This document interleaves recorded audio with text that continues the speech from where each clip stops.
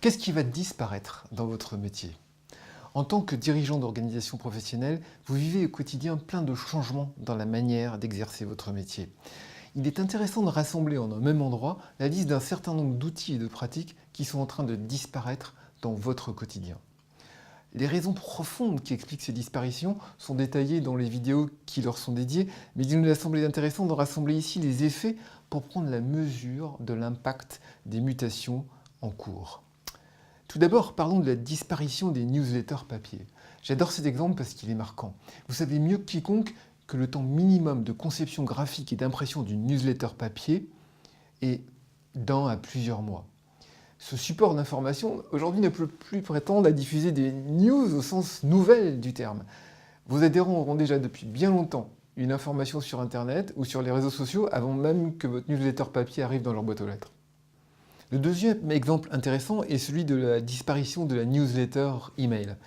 Bien que le temps de conception d'une newsletter email traditionnelle soit plus court, le travail de collecte, de réflexion et de mise en forme d'une newsletter comportant en général une dizaine de news est également de plusieurs semaines.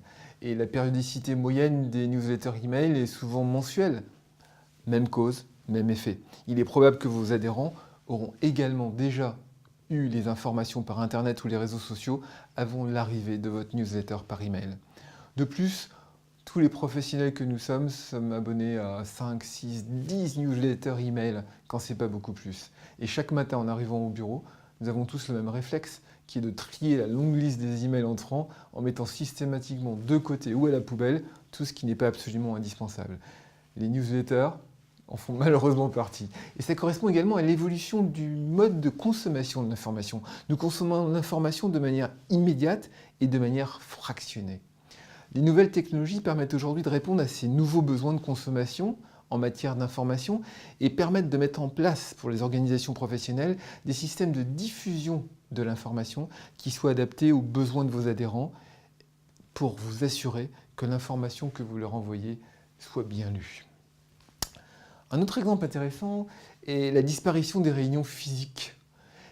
Même si une des missions des organisations professionnelles est de rassembler ses adhérents, la tendance est de regrouper l'ensemble de ces rassemblements dans un grand événement annuel à l'impact maximum et d'utiliser de nouvelles technologies pour toucher le plus grand nombre de vos adhérents en temps réel. La nouvelle technologie de webcast, par exemple, commence à supplanter toutes les autres technologies pour rassembler les adhérents des organisations professionnelles. Un autre exemple est la disparition des annuaires papier. Nous connaissons tous le travail nécessaire pour rassembler les informations pour éditer l'annuaire d'une profession. Et nous savons tous qu'avant même sa publication, il est déjà plus à jour. Nous en connaissons également les coûts d'impression. Aujourd'hui, les annuaires papier n'ont plus aucune raison d'être devant la flexibilité et le faible coût des annuaires en ligne, voire des annuaires mobiles. Certains évoquent les revenus issus de la vente de pages de publicité à des partenaires commerciaux, mais ces mêmes revenus peuvent être augmentés s'ils sont redistribués sur l'usage de ces technologies pour toucher le plus grand nombre de monde dans un contexte plus ciblé. Ceci est l'épisode numéro 1 de ce qui va disparaître dans votre quotidien de dirigeant d'organisation professionnelle, mais ceci ne sont que des éléments de la face visible de l'iceberg. Les méthodes de travail des 10 dernières années ne permettront plus aux organisations professionnelles de garder leur avance ou leur position. Vos adhérents attendent de vous que vous utilisiez les moyens et les technologies qui sont leur quotidien, pas ce qui était leur quotidien il y a 10 ans. On regarde des nouvelles sur Internet ou sur son mobile, pas sur une newsletter papier qu'on reçoit tous les 3 mois. Il en est de même pour les services que vous fournissez, pour la manière dont vous fournissez ces services et pour le temps précieux que vous pouvez dégager pour vous permanent.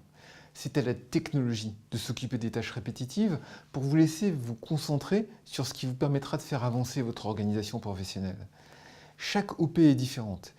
Si vous vous posez des questions sur la manière la plus efficace et la plus sûre, la plus adaptée à votre organisation professionnelle pour réussir votre transition numérique, posez-nous votre question ci-dessous. À bientôt.